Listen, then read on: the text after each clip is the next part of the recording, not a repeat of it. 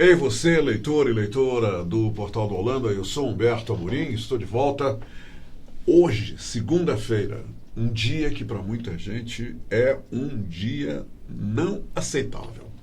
Tem gente aí que não gosta da segunda-feira, mas aqui na Hora do H, o conceito é o seguinte: nós vamos começar tudo outra vez com entusiasmo, com alegria, com fé, com esperança, sempre de que o melhor ainda está por vir. E hoje iniciamos a semana recebendo uma personalidade da comunidade judaica de Manaus e também do mundo da medicina no Amazonas. Eu recebo com muita honra, com muito prazer e alegria o Dr. Isaac Dahan. O Dr. Isaac Dahan é médico gastroenterologista, mas hoje ele está aqui na Hora do H para conversar sobre uma festa, sobre uma celebração maravilhosa e histórica principalmente. Razão pela qual eu solicito a máxima atenção dos nossos milhares de leitores, principalmente na Amazônia, porque nós vamos dar uma lida, nós vamos fazer uma passagem rápida numa página importante da história da Amazônia. E isso, logicamente, eu estou me referindo ao estado do Pará, ao estado do Amazonas, a todos os estados aqui da nossa querida e maravilhosa Amazônia, que está aqui representando o maior jardim botânico da Terra. E isso aí ninguém pode discutir. Dr. Isaac Dahan, ele vem aqui, e eu já disse, não como um profissional da medicina. Ele vem falar de uma festa maravilhosa. E o que o credencia para essa festa é o seguinte: o Dr. Isaac Dahan, ele é o Chazan, ou Shazan, que é o cantor da sinagoga, aquele que conduz as preces além de morê, professor.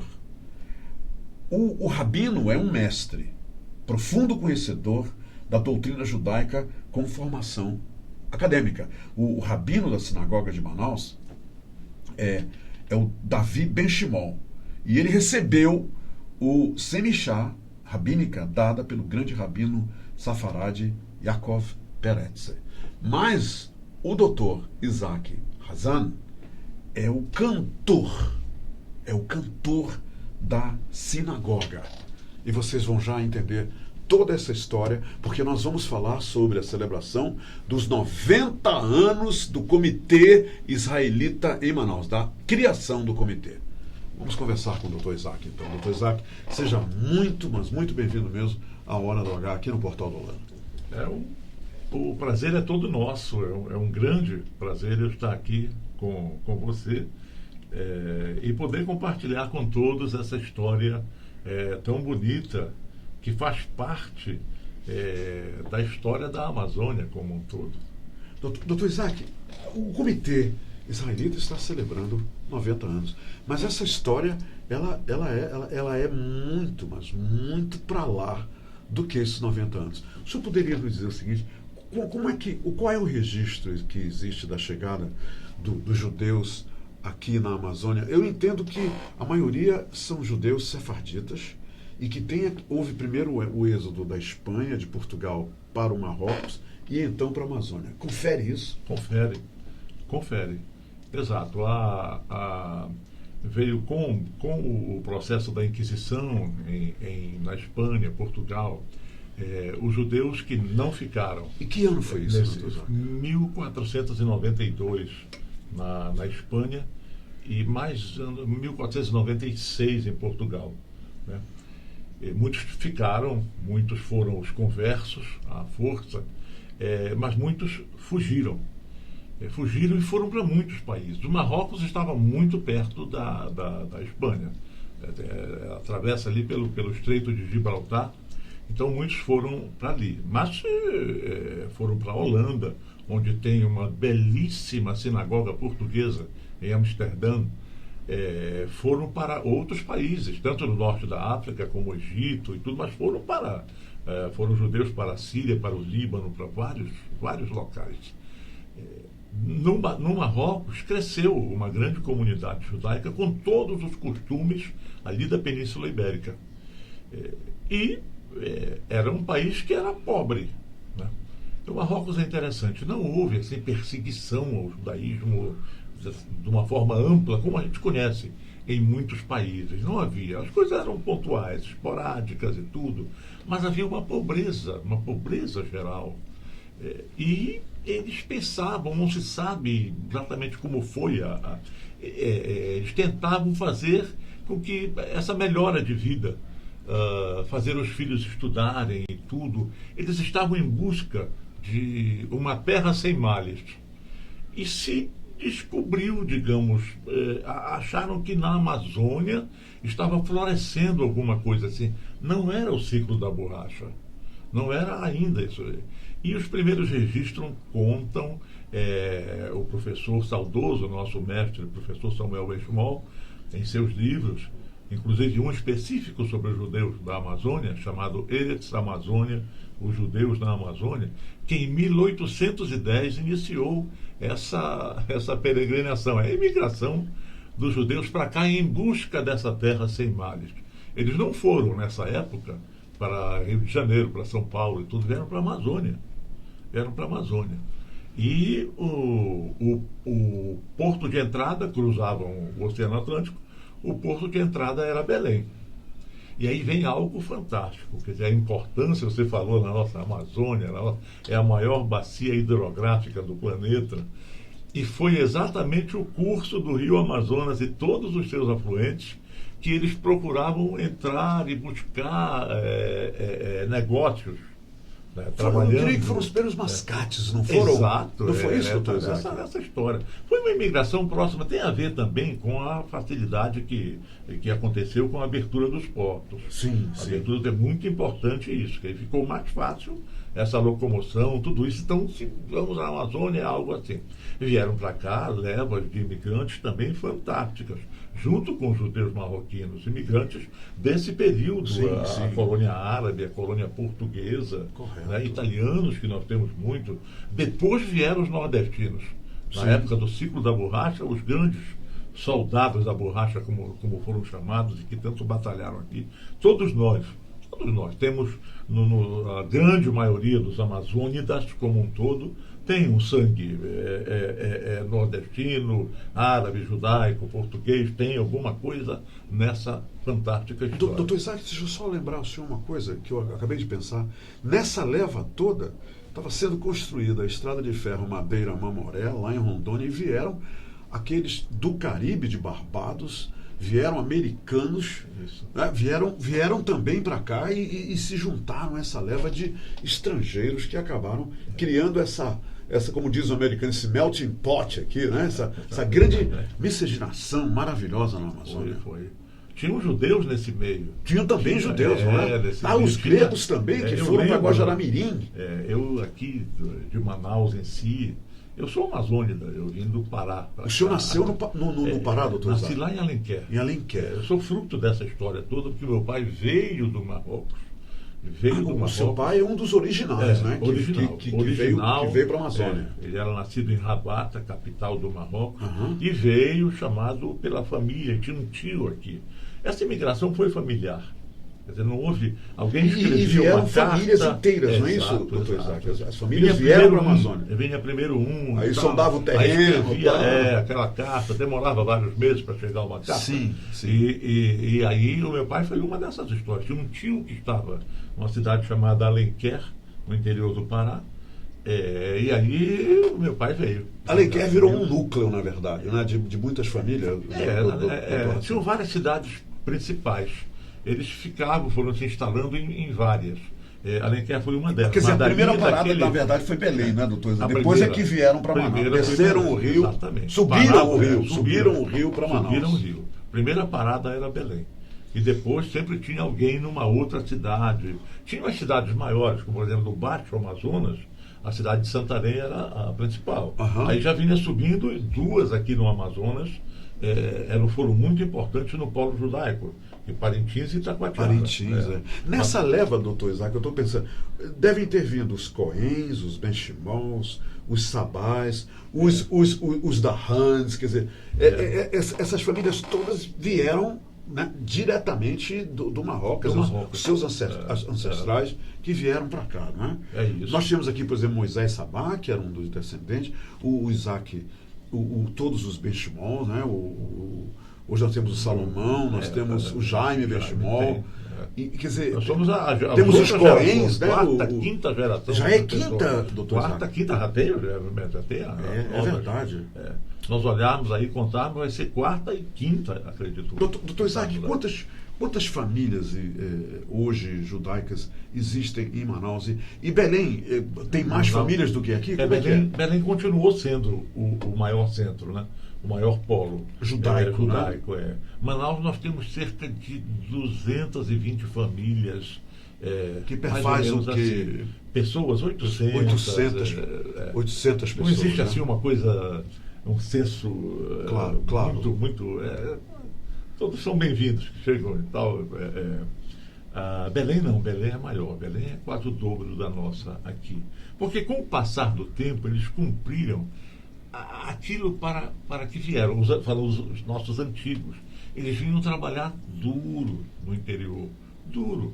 Enfrentavam todas as coisas, né? O preconceito por si só, que já existia, a língua, as doenças, as coisas do interior. Um novo mundo mesmo, um novo né? mundo, Trabalhavam para os filhos estudarem. Mandavam depois para os grandes centros, para estudarem, se formarem, serem doutores, serem empresários, etc. e tal. E eles batalharam muito no interior, enfrentaram.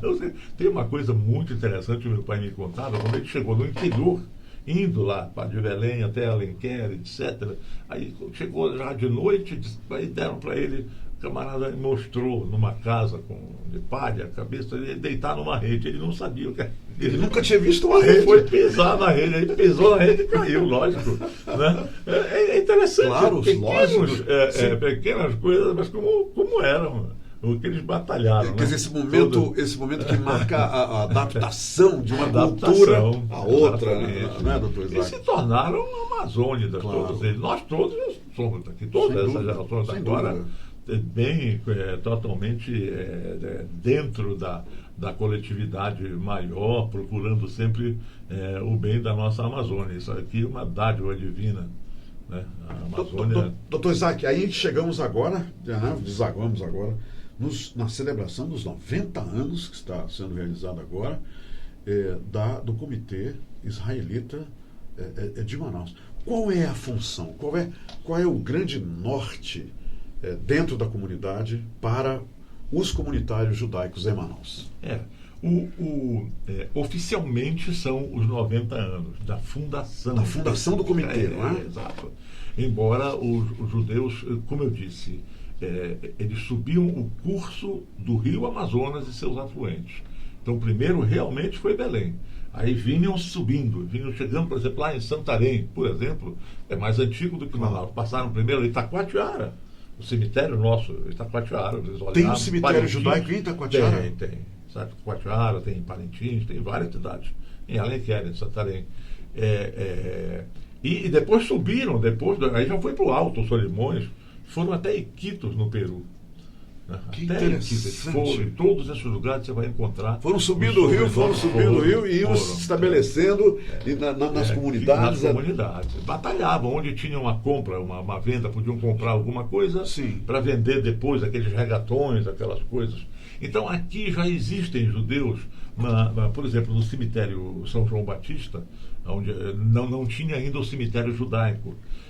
E nós encontramos sepulturas no cemitério São João Batista judaico de 1890. Eu já vi, doutor. O Comitê Israelita, fundado há 90 anos, 1929. Mas as pessoas já estavam por aqui e viram a necessidade de organizar, digamos. De organizar. Aí foi feita exatamente essa O cemitério faz parte, como a sinagoga, do patrimônio do comitê, não é isso? Exatamente. Né? O Comitê Israelita é a entidade. Sim. Ele congrega, ele oferece para as pessoas, ele oferece a sinagoga de Manaus, oferece o cemitério, tem o clube de encontros sociais chamado A Hebraica. A Hebraica, sim. tem uma escola de costumes judaicos. Claro. Essas tem um jornal também, tem um jornal. Tem, não é um semanário. Um semanário. Um semanário. Hoje já está eletrônico, né? Uma modernidade. Como a nossa entrevista agora, nós estamos aqui na internet, né, doutor Isaac? Exatamente. Então, tem esse semanário, enfim, oferece isso para os que congregam a comunidade. Como o Comitê Israelita é o centro, e super importante, senão estariam todos aqui, mas afastados. Doutor Isaac, além da prática, né, da religião judaica na sinagoga, que outras atividades são oferecidas? Por exemplo, os jovens aprendem a falar, existem aulas de hebraico aqui em Manaus, tem uma da escola comunidade? complementar, desde as crianças pequenas, nós temos uma escola complementar. Não a escola nacional, essa junto com todos os alunos, claro. toda. Uma escola complementar, na qual se ensina a cultura judaica, na qual se ensinam as orações, na qual as crianças são preparadas... Cânticos. Sim, entre elas, né, entre as coisas. As crianças são preparadas para aquelas cerimônias conhecidas do judaísmo. Aos 13 anos o menino faz o bar mitzvah, quer dizer ele se apresenta à comunidade. É um rito de passagem, não é? Não é do passagem. A menina faz o bat mitzvah também. Tudo a menina também idade, faz o bar mitzvah? Um bat. O bat. A menina bar em hebraico é filho. Mitzvah significa o preceito. Vamos lá. Preceito. O bar é filho. Filho. O mitzvah significa um preceito. E a menina? Bat. Filha. Bar, menino, bat, menina. Ela é filha também, igual o homem desse E tem preceito. uma cerimônia específica para a menina, o bat mitzvah. Tem. Que interessante. Quando ela faz bonito. O quê? 15 anos? Entre 12 e 13. 12 e 13 anos. E o menino 13. Nessa cerimônia, qual é o grande objetivo? É a aceitação dela? É uma apresentação. É uma apresentação dela, como o batismo católico, é isso, mais ou menos? Não, eu diria aquela outra fase. A crisma. A crisma. Quando o menino é crismado, que é a ratificação do menino como católico. Uma ratificação. O bar mitzvah também representa. A mitzvah, quer dizer, o preceito divino que diz que você vai pertencer à comunidade, tem seus direitos, tem seus deveres também, junto tanto com a coletividade judaica, mas principalmente também com a coletividade maior. Eu tenho uma curiosidade para esclarecer com o senhor. A circuncisão dos meninos, ela é obrigatória ou ela é opcional para os pais? Não, ela não é obrigatória em termos de religião. De religião. Ela é obrigatória. Ela é obrigatória. Essa é uma mitzvah, é um mandamento que está. Aí é que está o mitzvah. Começou lá com o patriarca Abraão. Lá com o patriarca Abraão, já quando ele foi, na realidade, se chama o pai do judaísmo, digamos, na realidade do monoteísmo. Sim. Né? Porque ele estava ali num lugar totalmente idólatra. O próprio pai de Abraão era idólatra, fabricava os ídolos. Né? Tudo. Então, aí veio, ele aceitou realmente a Deus em si, ele entendeu que existia só um Deus. Né? Claro. Tudo girava em torno de Deus, a nossa vida e tudo. E ele se tornou o pai, digamos, do monoteísmo. E o judaísmo foi o primeiro, né, monoteísmo. Então ali Deus disse: o meu pacto vai ser a circuncisão. Né? Foi com o patriarca Abraão. E a partir daí, há mais de 4.000 anos, se faz a circuncisão. Então não é da criança. uma obrigatoriedade, isso aí é uma tradição original porque tá religiosa. Consta está ali na Torá. No Torá, né? Que é a Bíblia dos judeus. Aos 8 dias, o menino vai ser feita a circuncisão. Né? A Torá são os 5 primeiros livros. Gênesis, Êxodo, Levítico, Números e Deuteronômio. É ali onde consta a base, a lei. A lei da criação do mundo até Moisés. Esse é a Torá, né? Quer dizer, o livro ali hebraico. Exato. E depois continuam os outros livros da Bíblia, dos Antigos Testamentos. Claro, Antigo Testamento. Entra Juízes, Reis, Profetas, tudo isso consta, né? Complementam a Torá. Da Bíblia. A criança só não deve fazer a circuncisão nos 8 dias com ordens médicas, por algum motivo. Claro. Tem vários assuntos quando não pode. Espera, aguarda. Um exemplo muito clássico.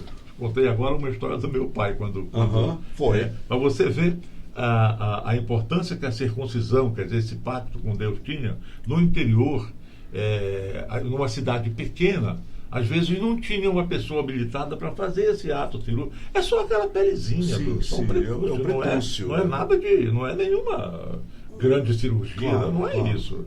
Né? Muitas vezes fazem uma coisa, não é. Né? Então eles levavam até uma cidade maior. Um exemplo é onde eu nasci, Alenquer. Né? Se levava até Santarém quando nascia um menino. Lá tinha, entre as pessoas da comunidade, alguém que pegava. Parece intervenção, né? Aquela pedacinha e fazia. Quando eu nasci, não estava a pessoa lá. Olha aí. No 8º dia não tinha pessoa. Aí eram canoas, aqueles barquinhos. Sim. Foi século passado. Claro. E aí mexeu toda a logística da minha família, meu pai e minha mãe. Tivemos que ir até Belém. Eu acabei sendo circuncidado com 30 dias, mas foi feito. Claro. O importante era ser feito. Foi até Santarém, depois vocês superaram todos os problemas. Até chegar lá em Belém. Sim. Né? Então, aí me contavam isso, é evidente que eu não sabia. Né? Mas para você ver a importância história, que davam. linda. Eles iam até de canoa para um lugar assim, onde precisava fazer, porque era um pacto. Era um pacto com Deus. Claro. E muitas pessoas fazem, até não judias.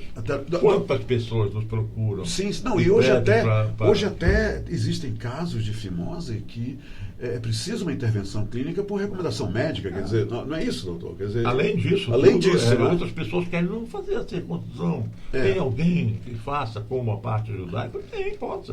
Eu não professo o judaísmo, claro, não tem problema. Não tem problema. Faça, isso vai ser até bom para a criança. Claro. Né? Doutor Isaac, tem uma história interessante. Agora eu vou contar uma história para o senhor. Isso. O cantor, eu gosto muito da música jazz, e o cantor Sammy Davis, ele se tornou judeu. Aí ele é negro, ele é um negro, né?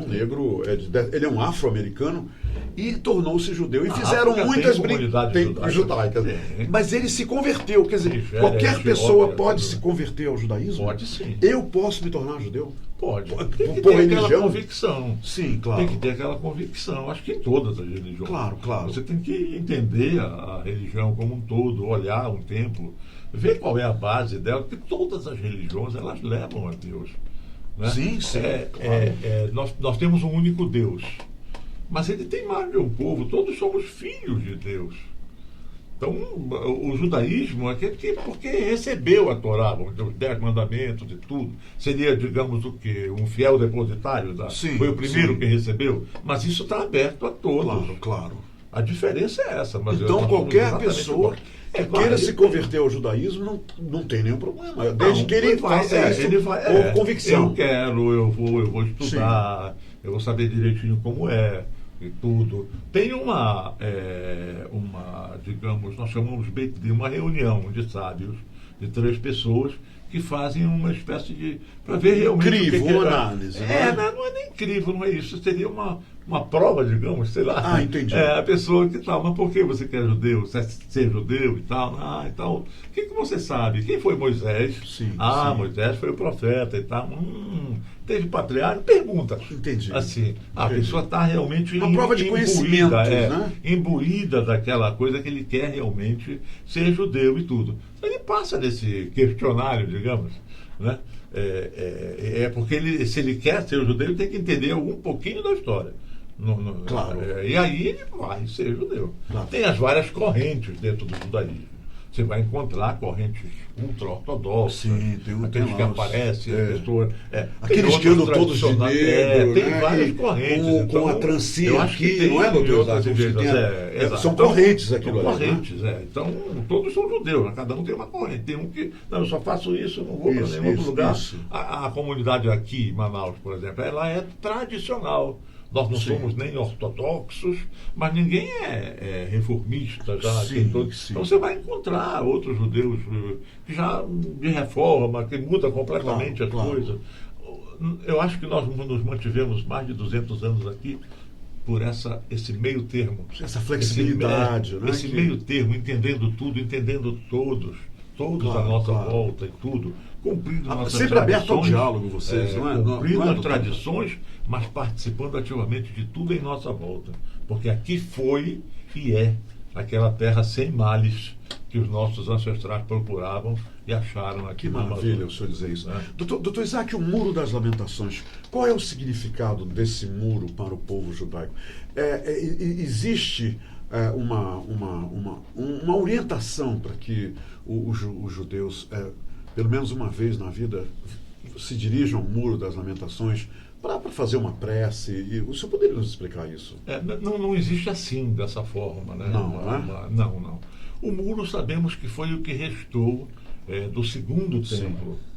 Na história judaica, ainda no deserto, naquela longa travessia de 40 anos, Deus viu que as pessoas precisavam de um lugar para concentração. Eles estavam cercados. Deus mostrou... Era a terra prometida, era isso? A terra já era dos... Se a gente começar daí, Sim. a terra era onde morava Abraão, Sim. Isaac e Jacó, os 3 patriarcas. Ok. Com Jacó, ali era a terra de Israel, Ok. onde eles moravam. Com Jacó, teve aquela fome grande, e aquele episódio do filho José, Sim. que aí, do cesto, os sábios lá. nos dizem, os sábios nos mostram, os sábios dizem pra gente, olha, não façam diferença entre os filhos que não dá certo. Jacó teve 12 filhos e gostava mais de José. Porque José gostava de estudar, era um sonhador como ele, Jacó é aquele do sonho, e José sonhava, então aí os filhos deram uma e tal, venderam José como escravo para o Egito. Mas a providência divina armou todo esse desenho na vida do... E José acabou se tornando vice-rei do Egito. Sim, é verdade. Abaixo do faraó era ele. Numa época terrível de fome, já se ouviu falar muito isso, 7 anos de vacas gordas e 7 anos de vacas magras depois, que engoliam as Foi gordas. a época das pragas também, também. Não é? Veio depois. E aí o que aconteceu? A fome graçava na terra. E aí Jacó disse, vamos até... Mandou comprar comida no Egito. Era só o Egito que tinha comida. Quem era o ministro da economia, o super-ministro? Era José. Foi quem ensinou macroeconomia lá para o Egito. E que reconheceu os irmãos e os irmãos não reconheceram ele. É uma história lindíssima, né? Então, aí no final, o povo judeu acabou saindo de Israel e foi para o Egito. Cresceu lá, eles eram pastores, eles sabiam mexer então tinham muito gado e tudo, cresceu. Na mudança de várias gerações, aí novos faraós já não reconheciam direito à história e escravizaram o povo judeu. Aí se tornou escravo. Foi aí que Deus entrou de novo. Ele disse, não, vocês vão voltar para a terra de Israel. Vamos sair daqui, né? Vamos sair daqui. Quando entrou Moisés... Né? Aí lá vão abrir o Mar Negro, né? O Mar Vermelho. O Mar Vermelho. Doutor, então, essa história isso é lindo. Você perguntou sobre o muro. Sim. Então, no deserto, Deus mostrou para eles, para aquele povo que estava ali, uma filosofia, um modo de vida que não tinha todos aqueles ídolos em volta. Tinham povos idólatras em volta que faziam sacrifícios até humanos. Né? Deus mostrou que não era assim. Mas aí sentiu a sua sabedoria, ele disse, aí montou um chamado tabernáculo no deserto, como se fosse a casa de Deus. Deus está na casa, no coração de cada um.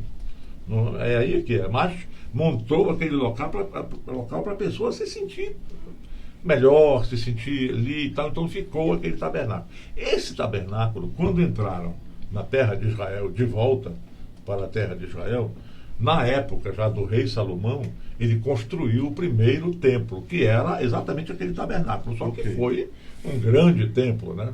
Conhecido como o Templo de Salomão. Sim. Em 586... Esse foi o primeiro. Esse foi o primeiro. Aí em 586, antes da era atual, entre várias guerras, Nabucodonosor, da Babilônia, ele destruiu o primeiro templo, levou os judeus cativos para a Babilônia, parte dos judeus, porque de Israel nunca saíram os judeus, sempre ficaram os judeus. Sempre ficou aquele grupinho ali. Sempre ficaram lá. E na Babilônia também trabalharam, também se integraram lá. E teve mais guerras. Aí já veio Ciro, que era da Pérsia, e venceu os babilônicos, libertou o povo. Muita história, né, doutor? E construíram o segundo templo. Este segundo templo, que resistiu a tantas coisas, tantas invasões, invasão grega grande, descendente de Alexandre, mas toda aquela... mas depois não resistiu aos romanos. Então, a invasão romana, como Israel sempre se erguia contra os invasores locais, os romanos não aceitavam isso. Naquela época, o romano era maior. Era o império, né? Então, ele destruía qualquer vestígio daquela civilização antiga por onde eles passassem. E aí, no ano 70, já da era atual, depois de Cristo, já depois de todos os episódios que aconteceram, sim, o povo continuou lutando, não adiantou, não queria invasores ali. Era a terra de Israel. Né? E no ano 70... Destruíram o segundo templo. Destruíram. E só sobrou essa parte do muro. Por isso esse nome, Muro das Lamentações. Exatamente. Olha só. Aí ficou esse pedaço, é uma coisa muito sensível, uma coisa muito espetacular para cada um que chega até ali e volta na cabeça. E pessoas de todas as calçadas da vida vão lá. Todas. Quem conhece a história, quem é monoteísta, vai lá, quem aceita Deus, lá, isso mesmo. Ele chega não até lá porque foi lá que tudo começou. Doutor Isaac, vamos agora voltar para o Maranhão. Que aula de história o senhor nos deu agora. Lindo. Qual é a celebração que vai haver pelos 90 anos do Comitê Israelita em Manaus? O que está programado? É mais história, né? É mais história. Contar a história, contar tudo o que aconteceu nesse tempo todo. Porque não é, digamos, uma celebração como é o dia de sábado, como é aquele Yom Kippur, que é o dia do perdão. Não é isso. Vão existir orações como bênçãos a todos os presentes, tanto que presentes vão ser várias pessoas, inclusive não judaicas, porque nós estamos aqui que serão, logicamente, convidados. Exatamente. É um grande prazer receber todas. Então, existe essa parte de oração, mas é mais assim para que se entenda. E que dia vai ter um dia específico para isso, doutor Isaac? Esse vai ser 19 à noite, na véspera do feriado. Agora, de 19? Agora. Hoje é 17. Depois de amanhã. Depois de amanhã é que vai acontecer este grande evento de celebração dos 90 anos. Vai ser na Hebraica, que é um lugar maior e tudo, ali na Joaquim Nabuco. Sim, claro. Doutor Isaac, shalom do senhor, shalom. Shalom e toda a comunidade judaica. Shalom é uma palavra hebraica que é paz, né? Quer dizer paz, shalom, não é? Mas ela vem de outra palavra hebraica chamada shalem. Shalem significa completo. Então, o shalom é uma paz, completo e shalom é paz. Mas ela vem do completo. Então, quando você diz shalom para alguém, você está pedindo que tudo seu seja completo. Além da paz, a vida em si. Não é só paz, então. Não é só paz. Não, porque ela deriva de shalem, de completo. De completo. Então, shalom, Humberto, shalom. Quer dizer, eu estou te desejando, não é paz, ótimo. Sim, com claro, paz você vai. Claro. Né? Mas que tudo em volta tua seja completo. Seja uma paz completa, trazendo as outras coisas completas. É uma saudação que deriva os bons sentimentos, digamos. Né? Agora, a palavra shalem não é usada mais, ou ainda é usada. É arcaica, né? Quando você tem um livro de orações, com todas as orações, livro em hebraico, o nome é Sidur, por exemplo. Sidur. Aí, um exemplo. Aí, Sidur Shalem, quer dizer, ele está completo. Ele tem todas as orações ali. O shalem é sempre relacionado a completo. Não é? Se usa para muitas outras coisas. Eu só quis ampliar aqui o sentido do que é shalom. Sim, o significado. O sentido, a abrangência maior do que é shalom. Escute só. Traduz isso aqui para mim. Alguém mandou isso para mim quando eu anunciei que o senhor viria aqui. Essa pessoa disse: Humberto, Hashem te envolva em decretos doces e muitas felicidades.